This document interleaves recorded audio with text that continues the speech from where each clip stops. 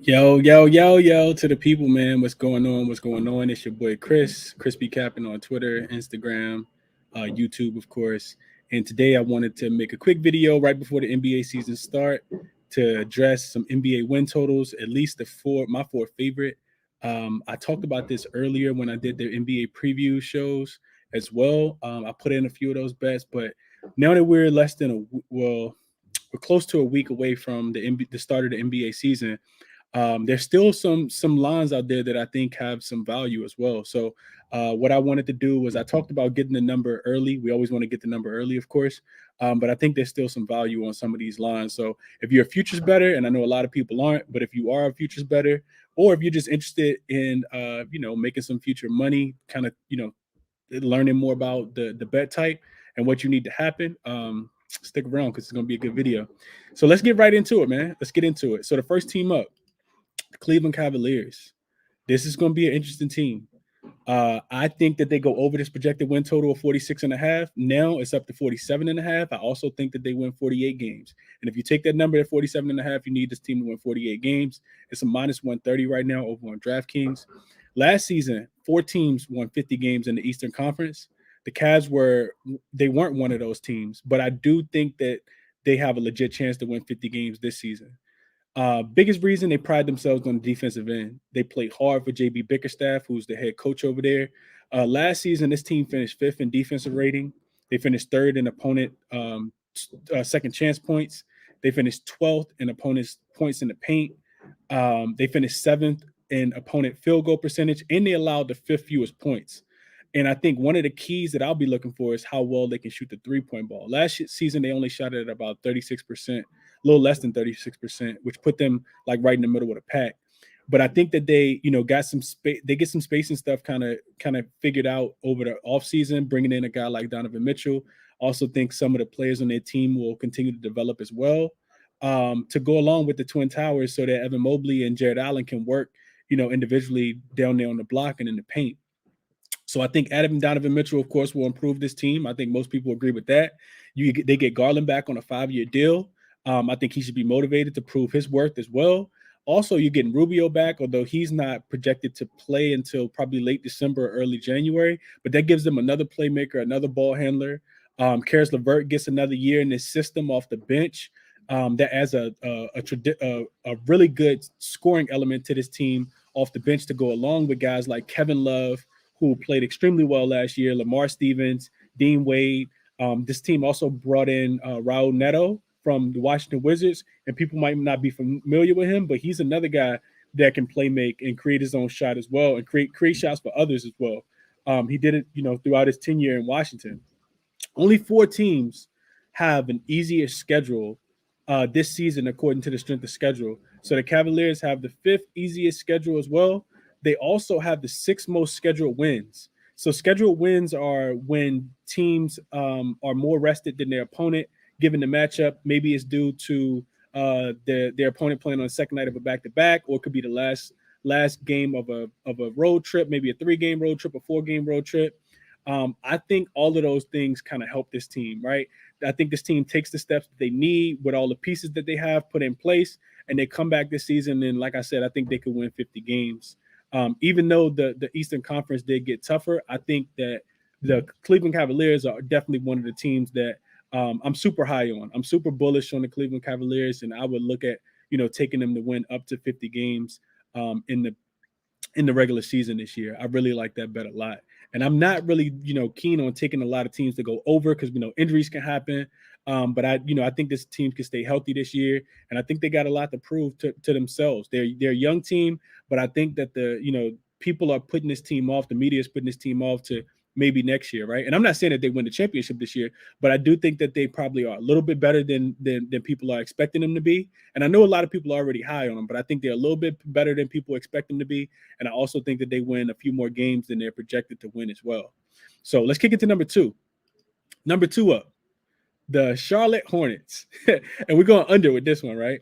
So Charlotte Hornets, under 36 and a half. Now that line is sitting at 35 and a half, and I would play it at 35 and a half. If you take the Charlotte Hornets to win under 35 and a half games, it just means that they can't win 36.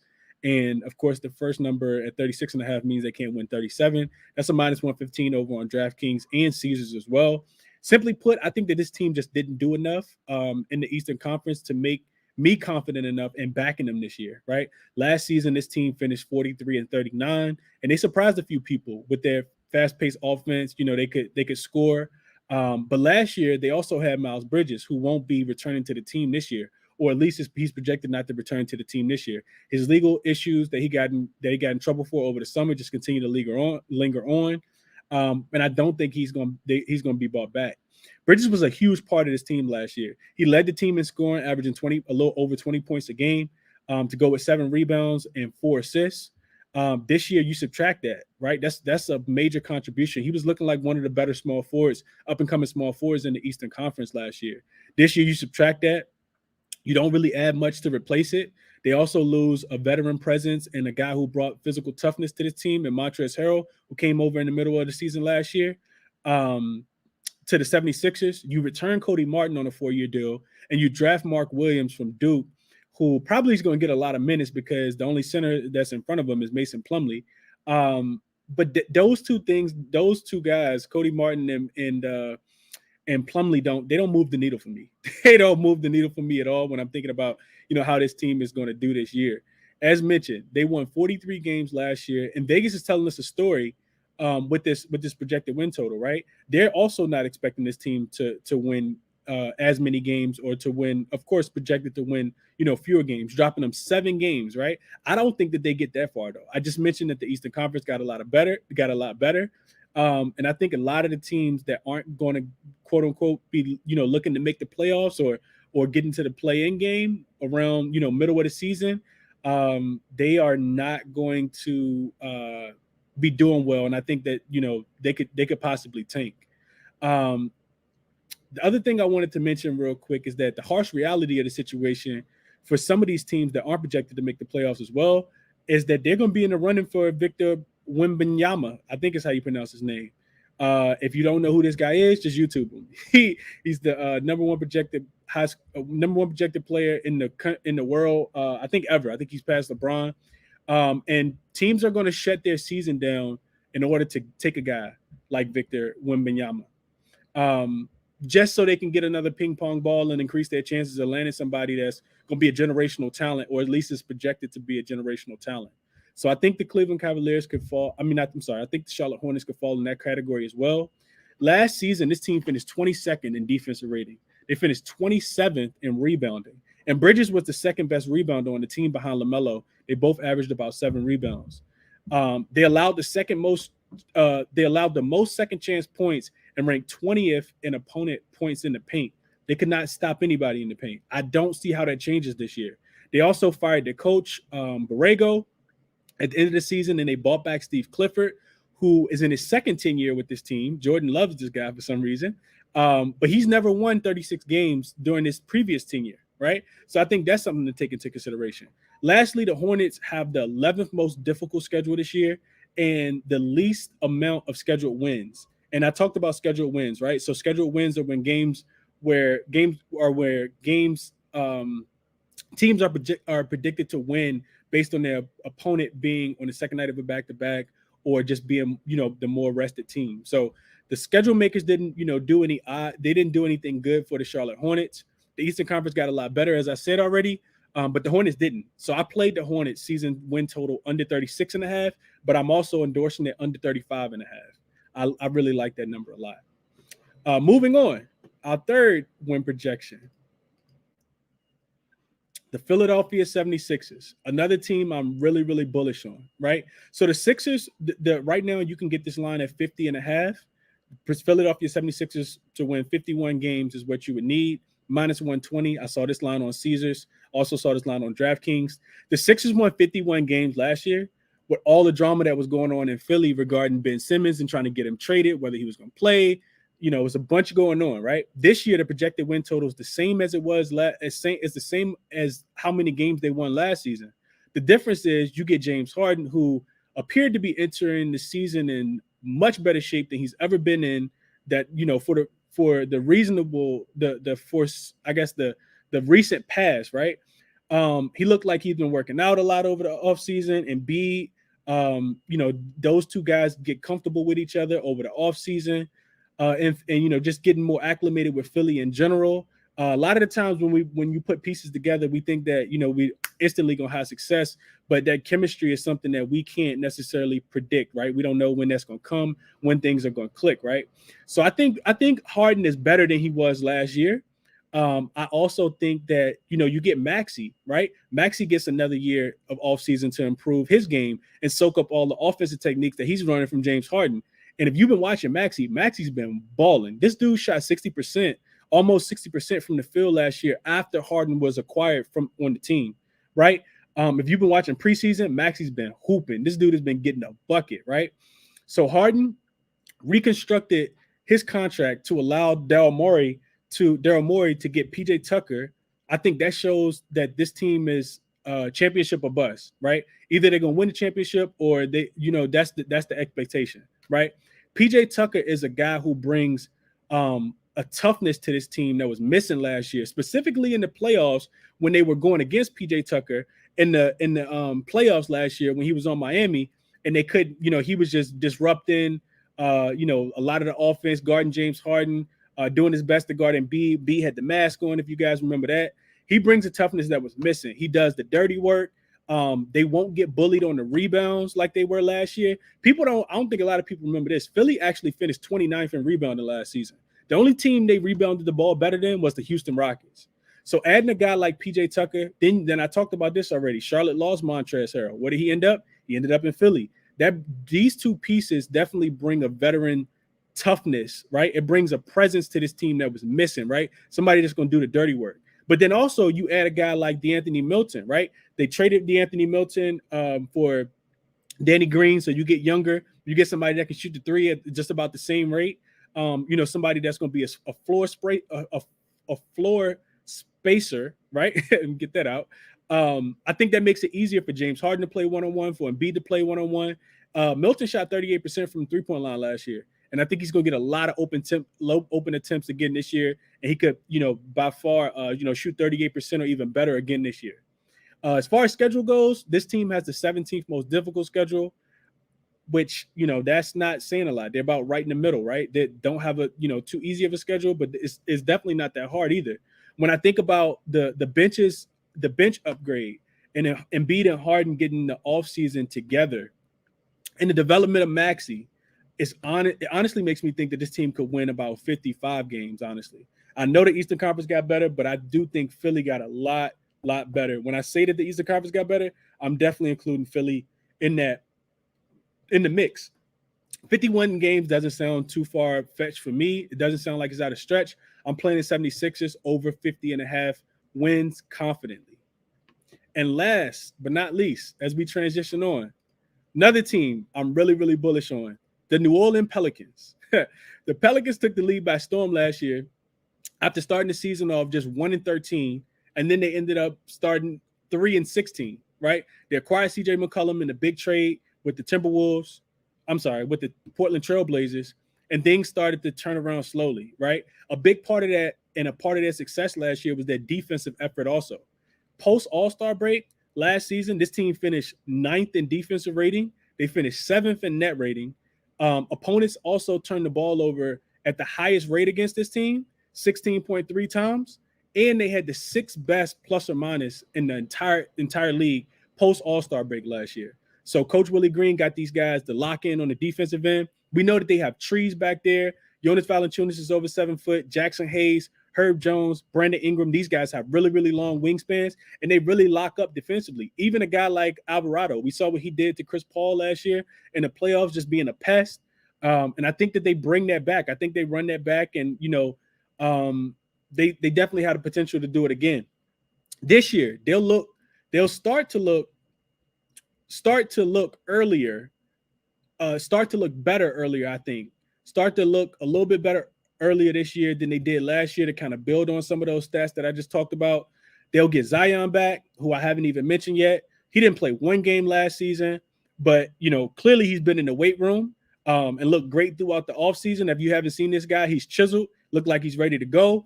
And Zion, I think, is slept on because because he missed last season, we have, typically we have such a short memory. Zion averaged, I think, 27 points the last season that he played and shot the ball at almost 60%. And he was doing some historical type things before he left. And I think he picks up right where he left off. If you watch him in the offseason, this guy can, he demands a double team. Probably the most dominant player that we have. If not, if he's not number one, he's definitely top three. I also think that they'll not think, but they'll return Coach Willie Green, he's a player's coach. He's the one who got this team to buy in defensively and turn their season around, and get this team all the way to the playoffs. They don't lose any major guys at all, so no big subtractions at all on this team. And they bring back their key guys, right? They bring back Brandon Ingram, they bring back CJ McCollum, Herb Jones returns, Jonas Valanciunas returns, and other guys as well. Trey Murphy's also back. Jackson Hayes, who I mentioned, is also back. Devontae Graham is still on his team. And like I mentioned, Jose Alvarado. These guys are pests. They've been able to, play together again. And I think they take that step up this year as well. Last season, 7 teams in the Western Conference finished with at least 45 wins. And winning 45 games would have landed you in the 7th seed. And this season, I think that, of course, they win more than 45 games. I think the Suns will win a few less games than they won last year. I think the Grizzlies will take a slight step back. Not saying that they missed the playoffs or anything, but I think they overplayed their expectations last year, and not having Jared Jackson Jr. early in the season will hurt them on the defensive end. Also losing a couple key guys as well. Of course, the Jazz take a big step back, and they were definitely a top 4 seed in top 5 seed in the Western Conference. And the Spurs, of course, we know the Spurs, are going to be in expansion mode, just trying to develop their young players and getting ready for the NBA draft. They'll be in the Victor Wembanyama sweepstakes as well. All of this put together, just shows me that I think the Pelicans could definitely get over their 44.5 projected win total. They have the 14th most scheduled wins, right? So they're just kind of, easy games that they have, going to be more rested than their team. They also is still a young team as well. They fall in the middle of the pack as far as difficulty in scheduling. They're right about 16th, which is middle of the pack. But this team was second in offensive rebounding, 6th in defensive rebounding, being able to stop teams from shooting threes, being able to make threes, and being able to own the paint, because you need easy buckets, right? And that's what this team does. So all of those things taken into consideration, give me the Pelicans to win at least 45 games this year, minus 120. I confidently bet that one as well. So a quick recap. The Charlotte Hornets to go over 35.5 First one, the Cleveland Cavaliers to go over 47.5 wins. I played that one. I think the Cleveland Cavaliers win close to 50 games this year, but definitely 48 or more. The Charlotte Hornets to win under 35.5. I also played that as well. I feel confident, knowing that the Charlotte Hornets will take a big step back this year. With guys like LaMelo, who I'm a big fan of, Terry Rozier, who I'm a big fan of, but not having much else. I do like, PJ Washington, and there's some couple guys that I like, but I just don't see, them being able to do anything close to they did last year with how good the Eastern Conference got, and them kind of, remaining the same. And then the Philadelphia 76ers, like I said, real bullish on the 76ers. I think they could get all the way to the championship this year. And I know if you're a Milwaukee Bucks fan, or you're a Boston Celtics fan, or you're a Toronto Raptors fan, or a Miami Heat fan, or a Brooklyn Net fan, that could be, a little, you might think I'm talking crazy. And I'm not saying that they get there, but I think, barring injury, they have a really good chance to get all the way into the finals this year. And then last but not least, I just kind of went over it. The New Orleans Pelicans, man. I'm really high on the Pelicans. And at the end of the season, I'm gonna either look like a genius or I'm gonna look like an idiot, right? So we'll see what happens. Honorable mention, though. I did have a couple honorable mention that I wanted to mention as well. I put these in, but then the lines kind of changed. The Bulls under 45.5. Their line is now down to 42.5. So I don't know if I touched too much at 42.5, but I do think that, Lonzo coming back later into the season, they didn't make a lot of jumps to get better. They re-signed Zach LaVine. But they're really banking on development and banking on, the potential that they had last year, before all the injuries happened. So we'll see how Zach LaVine looks, post surgery on his knee. And hopefully they can get Lonzo back, who I'm a big fan of, but I don't see this team winning 46 games. 43 is, pretty close to where I think that they probably end up, but I probably still wouldn't play the over. So honorable mention there. And then the other honorable mention, the Utah Jazz under 26.5. This line, and the reason why I didn't make these officials is because both of these lines have dropped 3 games, right? So this is why you got to get these in early, do your homework early. The Jazz win total right now has dropped from 26.5 to 23.5, right? So that's 3 less games. Colin Sexton and the boys are gonna. The Jazz aren't necessarily a bad team. They just have a bunch of role players, in my estimation, and they're missing their superstar. They have a bunch of guys, a bunch of picks, and it's gonna be interesting to see if they can pull out a few wins this year. 23, 24 wins. You're a terrible team, whether you win 27 games or 24 games. So I'm not touching that win total at all now, but I did play the under 26.5. I'm not going to give it out official at 23.5, but I really like the under there as well. So that's all I got, man. I appreciate you guys for rocking with me. Hope you guys enjoyed the video. If you like it, give it a thumbs up. And if you disagree with any of the plays or any of the projected win totals, definitely let me know. If I missed something that you guys like more than the plays that I just gave out, definitely let me know that as well. I'm interested to hear what you guys have to say. Until next time, I'm out.